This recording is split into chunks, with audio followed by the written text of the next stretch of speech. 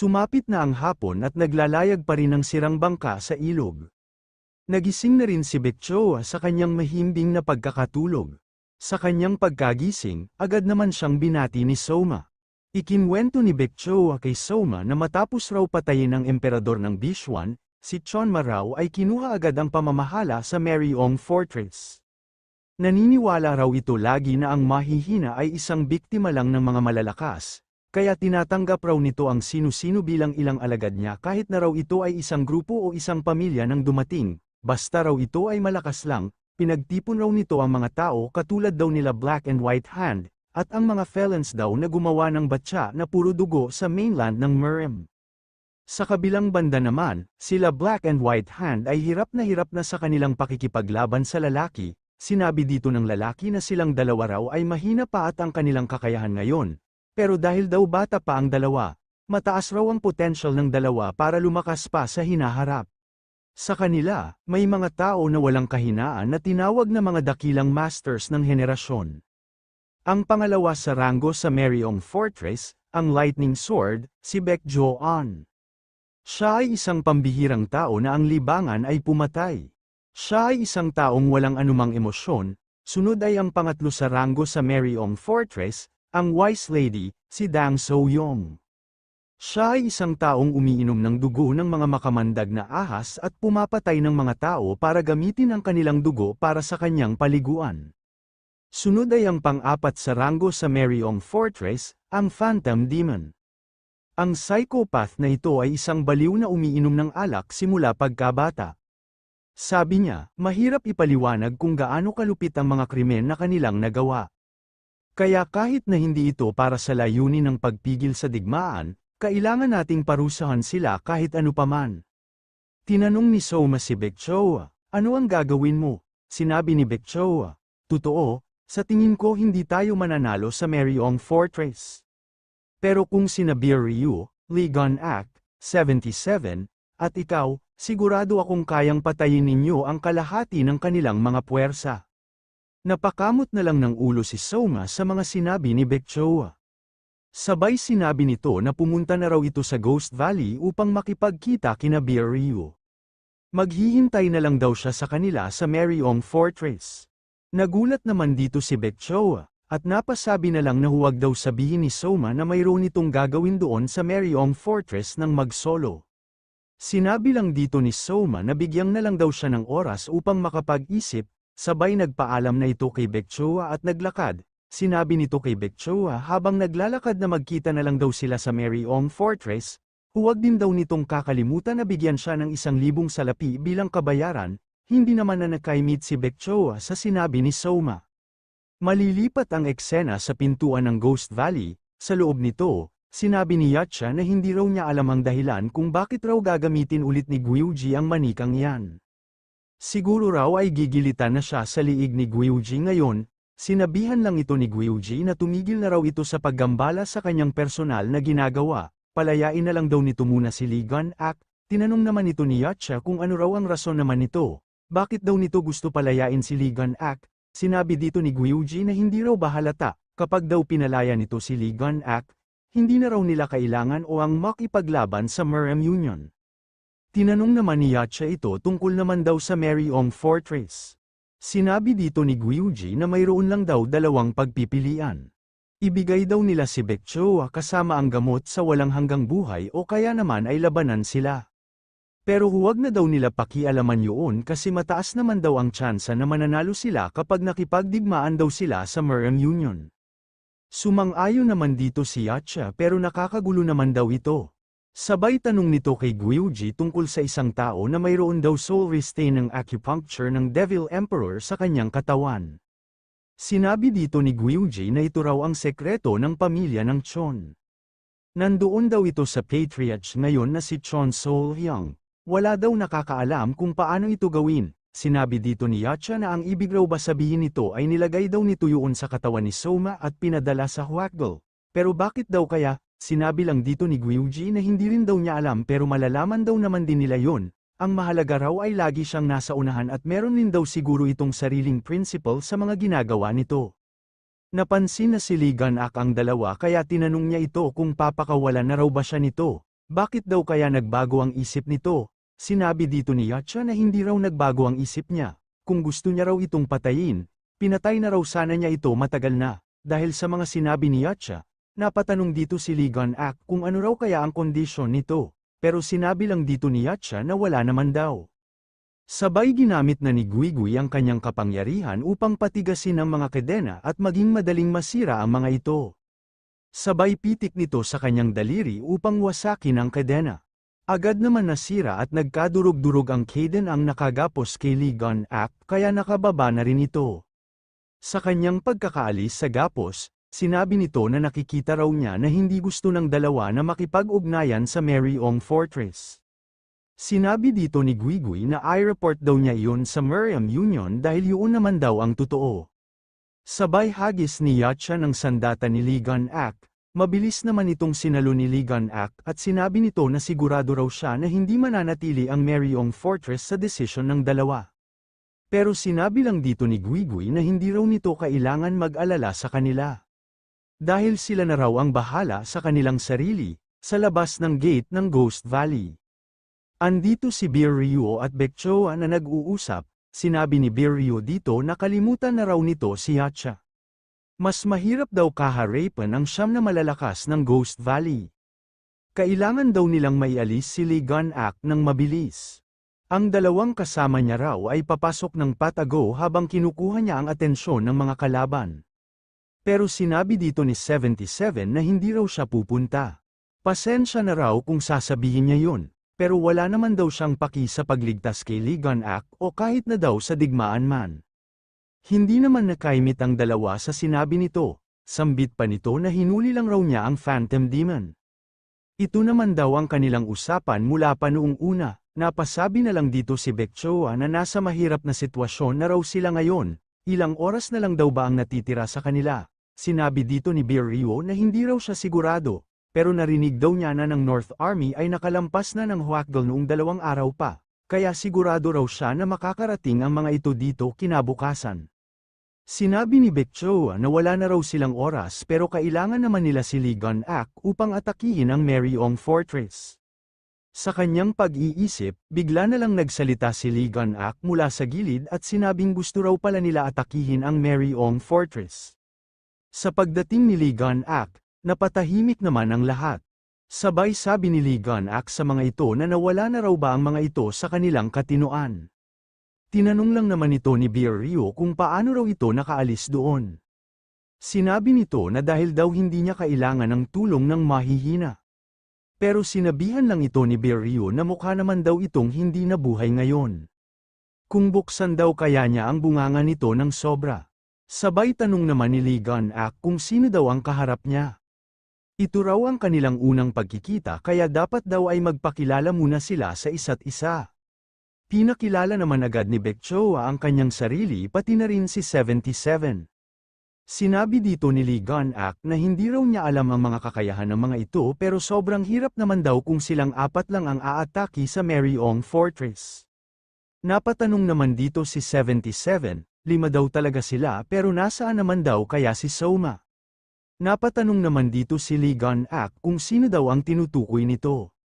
Sinabi ni Baekchoa na nauna na raw doon si Soma at hihintayin na lang daw sila nito doon. Nagulat naman dito ang tatlo sa kanilang nalaman, nagalit dito si Birryu at sinabi nito kay Baekchoa na alam naman daw nito na hindi si Soma halos nag-iisip. Ito raw ay isang tao na naghahanap lagi ng gulo, hindi naman nakaimik dito si Baekchoa at napatahimik na rin dito si 77. Samantala, si Soma ay nakatayo sa labas ng Myeong Fortress, sa taas ng bakod, nag-usap ang dalawang gwardiya. Tinanong ng isang gwardiya ang kanyang kasama kung ano raw ang problema ng taong yun, sinabi lang dito ng kasama niya na hindi rin daw niya alam, ito raw ang unang beses na makita niya ang pagmumukha nito. Sabay agad naman tinanong ng gwardiya kung sino daw si Soma. Pero sinabi lang dito ni Soma na sabihin daw kay Chonma na lumabas raw ito. Nagalit naman ang dalawang gwardiya sa pagsabi ng pangalan ng Great Master ng Myeong Fortress. Sinabi ng isang gwardiya kay Soma na kung gusto raw nito mabuhay pa. Itigil na raw nito ang kanyang kalukuhan at umalis na ito. Napasabi na lang dito si Soma na inaasahan na raw niya na hindi ito madadala sa pakikipag-usap. Sabay mabilis itong sumugod papunta sa pinto, nagulat naman ang dalawang gwardiya sa ginawa ni Soma. Sabay nawasak na rin ang malaking pintuan dahil kay Soma. Dumiretso na rin si Soma sa pagpasok ng gate, sa kanyang pagpasok. Agad naman niyang tinanong kung nasaan daw si Chonma. Nagkagulo naman ang mga tao sa loob dahil mayroon daw umaatake sa kanila. Ito raw ba ay gawa ng Merem Union, sabay naghanda na rin ang mga archer sa taas upang atakihin si Soma. Sinabi ng isang lalaki sa mga ito na ihanda raw nila ng kanilang pana dahil mukha daw hindi ordinaryong tao si Soma. Sabay dumating na rin ang mga taong nakabaluti at sinabing sila na raw ang huhuli sa bida. Tiningnan lang naman ito ni Soma at hindi nagtagal ay bumagsak na rin ang mga ito sa kanyang harapan at napalibutan na rin siya. Tinanong naman ng isang nakabaluti si Soma kung siya daw ba ang Samira sa kanilang tarangkahan. Hindi naman makapaniwala ng katabi nitong nakabaluti dahil hindi daw kaya gawin ni Soma yun. Ang gate daw nila ay sobrang kapal para masira lang ng ganoon. Pero hindi ito pinansin ni Soma at nagawa pa nitong tanungin ang mga nakabaluti kung nasaan daw si Chonma. Nagalit naman dito ang mga nakabaluti kasi binabanggit lang ni Soma nang walang galang ang pangalan ng kanilang Great Master. Dumating na rin sa labanan ang commander ng armored unit. Sinabi ng lalaking nakabaluti sa likod sa commander na hindi raw nagdala ng mga kasama ang kanilang kalaban. Sa kanyang nalaman, napaisip naman ito dahil sinira lang daw ni Soma ang tarangkahan at pumunta rin dito ng sulo.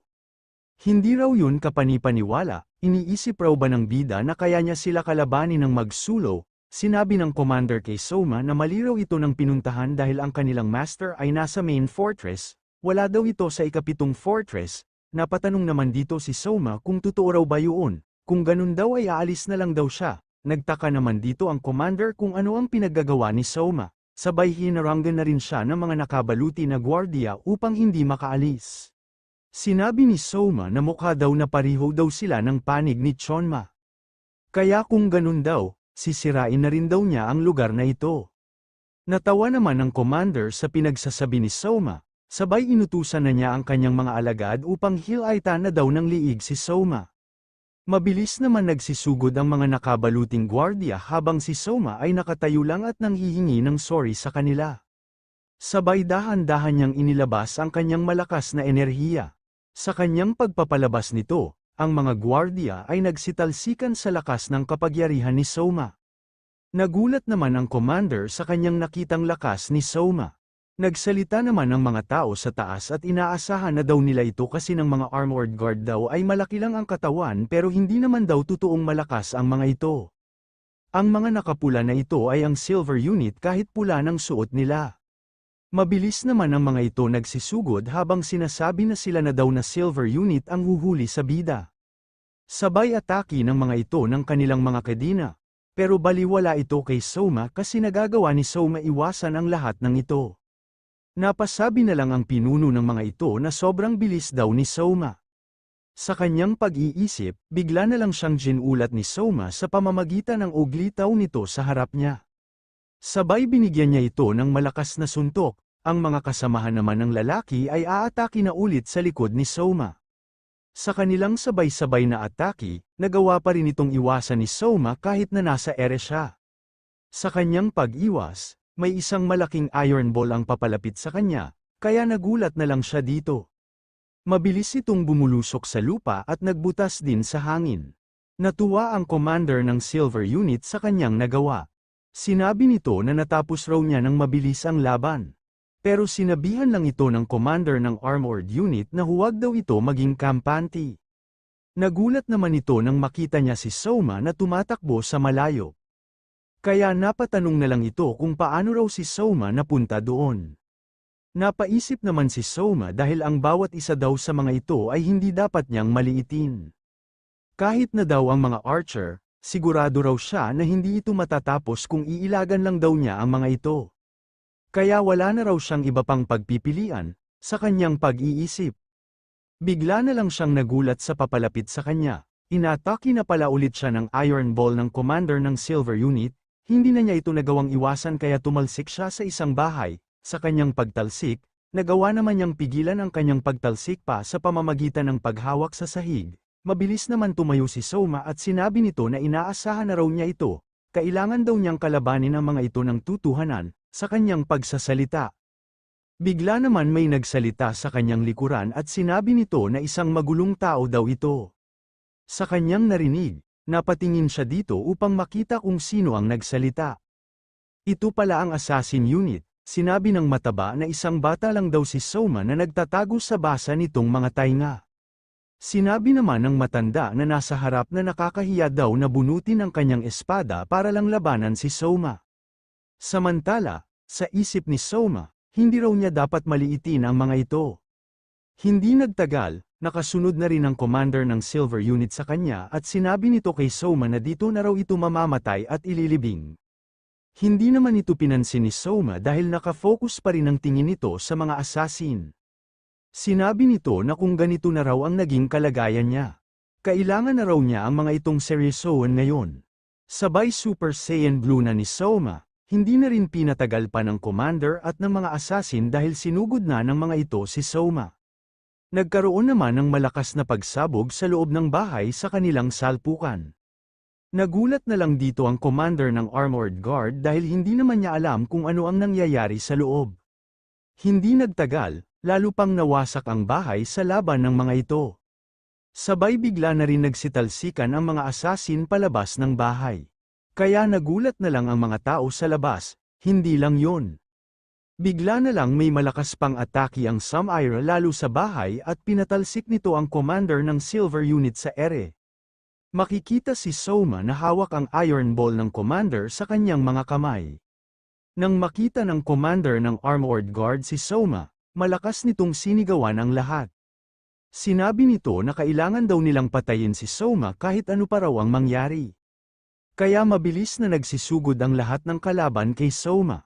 Hindi naman natakot dito si Soma dahil naghanda na rin ito upang umatake gamit ang Iron Ball na hawak niya. Malakas niya itong inihampas sa mga kalaban na papalapit sa kanya. Sabay hinagis niya rin ito sa commander ng Armored Unit pero nagawa nitong depensahan ang kanyang sarili. Sabay dumiretso pa rin ito sa pagsugod kay Soma nang may galit sa kanyang mukha. Sa paglapit nito kay Soma, malakas naman itong sinuntok ni Soma kaya pati ang nananahimik na lupa ay nasira sa lakas ng suntok ni Soma dito.